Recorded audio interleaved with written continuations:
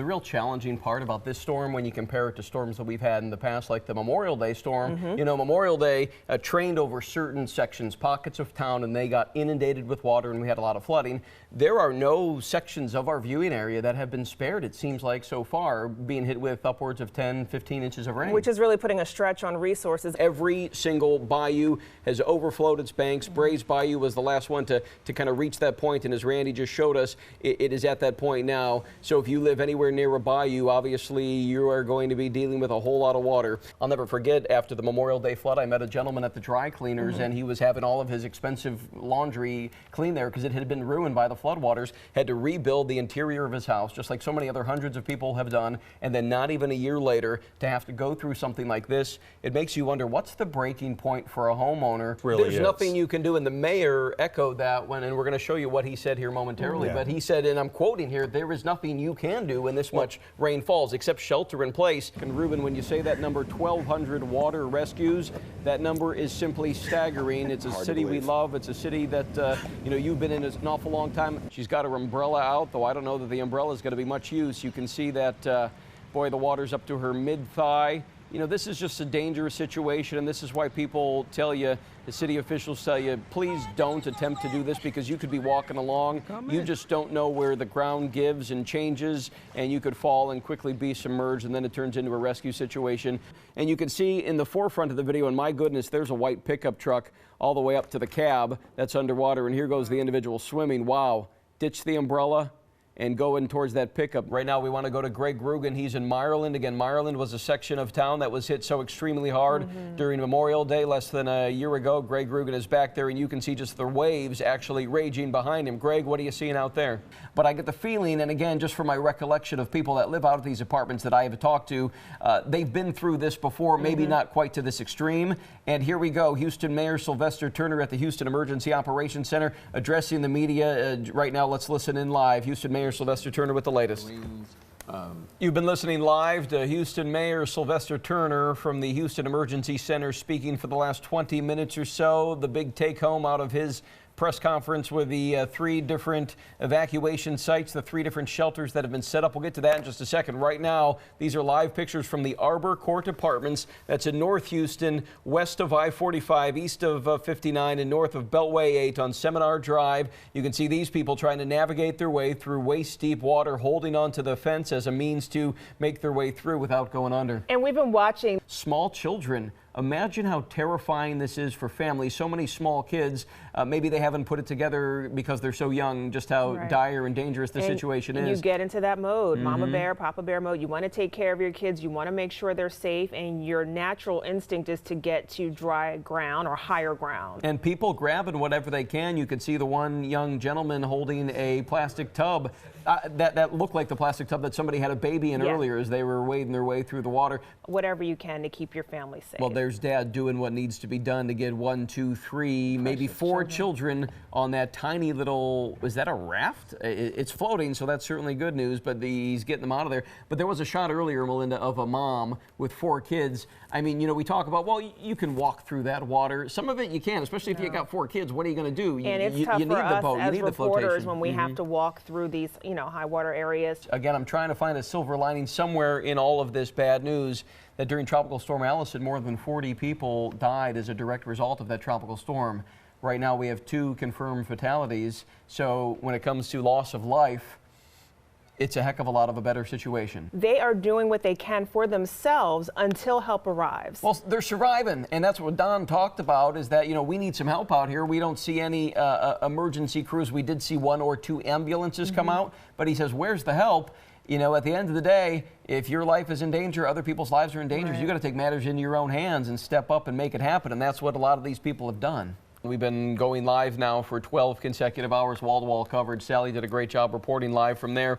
And again, I keep hammering it home, the scope of this disaster is more than we can show you in a couple of live shots, because there are so many other locations that we simply aren't able to get to that are experiencing the same things. My goodness, take a look at this from northwest Harris County. About 75 horses now had to be rescued from high water. Again, this is on Cypress Wood Drive behind the big airport, Bush Intercontinental. And look at this dramatic scene unfold, Melinda. Those beautiful horses, and when we first saw this video, and bring them to safety. You mentioned Precinct 4, that's Mark Herman's bunch out there, and Mark always does a great job and fighting crime, but you know, when duty calls and other things need to be done, they get the job done. I'm looking here, horseridingfun.com, Cypress Trails. I was curious as to where these horses were coming from. So many. Were they on a ranch? Yeah, there were so many horses. Looks like it may have been some type of farm, some type of trail riding experience, but just a scary situation to see these horses fighting for their lives, quite literally. And giving you what you need. My journey wasn't quite as treacherous as yours. I was actually on the phone with Dr. Jim because he was using the weather app to kind of guide me in and saying, here's how you can get here. I'm right off of 59 in Fort Bend County. I was actually able to take 59 all the way in, though I did see in that 15-mile stretch, you know, probably 6 or 7 cars pointed the other direction who had spun out, hit the center wall. And so there wasn't any high water, but there were plenty of accidents. So it was still a very dangerous Dr. Jim situation. helped me too. He was just like the man of the hour. Dr. Jim does we it all. had to call him before we got in the car. That's why he's a doctor. There were at least, according to Mayor Turner, 3 apartment complexes in the Greens Point area that were evacuated. We would assume that this is one of them. You can see these cars. The water is up to mid-level on most of these cars. On the bigger trucks, it's up to their wheels, but we've seen plenty of scenes where cars are completely submerged, where you just see the roof. We've heard a lot of frustration, I think it's safe to say, from people. Earlier, Randy Wallace was talking to a gentleman in the Ireland area who was saying, we're the 4th largest city in the country. I can't believe that this is happening here. What's wrong with our engineering in placing a lot of blame? And he's very, because his home was flooded. He's very frustrated, to say the least. At the same time, and the mayor reiterated this, there's only so much preparation you can do. We are just not built to hold, no one is, no city is, to hold 16, 17, 19 inches of rain in this short amount of time. Okay, Kim, how are you doing? That's the big question. It's quite an eventful day in the city of Houston and beyond. Absolutely. What's the latest? What can you tell us? What are the major concerns right now? Well, you know, we're still watching Cypress Creek, Upper Cypress Creek, which overflows into the Addicks Reservoir. Kim, we're going to have to cut you off right here. No Hopefully problem. we can connect in just a minute. The mayor and Harris County Judge Ed Emmett are speaking right now. Let's listen in. 40 billion gallons of water. Another important piece of information that the judge touched on, Melinda, when you were talking about the deaths, he's talked specifically about one person that did pass away in their vehicle on the West Loop at West Park and Post Oak. That's a dangerous area. The underpass there floods often. And he said that a barricade was up, and they have video of it. A vehicle went around that barricade and into the water, and that person died. So that is an example for the rest of us who are out there on the roads right now. You just simply don't know, folks, how high this water is. You might think that you can make it through. You've got 2 Jeep here and a big truck. That truck's not going anywhere, doesn't look like, and now the Jeep's turning around. You just simply don't know how high the water is, so you've got to be careful, because as evidenced today, you can lose your life.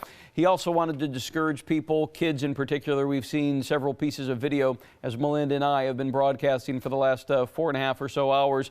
Kids playing in the water. He wants to strongly discourage that, calling the water contaminated, saying there could be sharp objects in there. Not to mention, you don't know just how deep it is in some areas. So kids, if I know it looks like a good time, I'm a kid at heart. I'd probably want to jump around in the water too, but it's probably not the best idea. I know you talked about some people being frustrated, saying, where's the help? We've heard that, you know, several times today.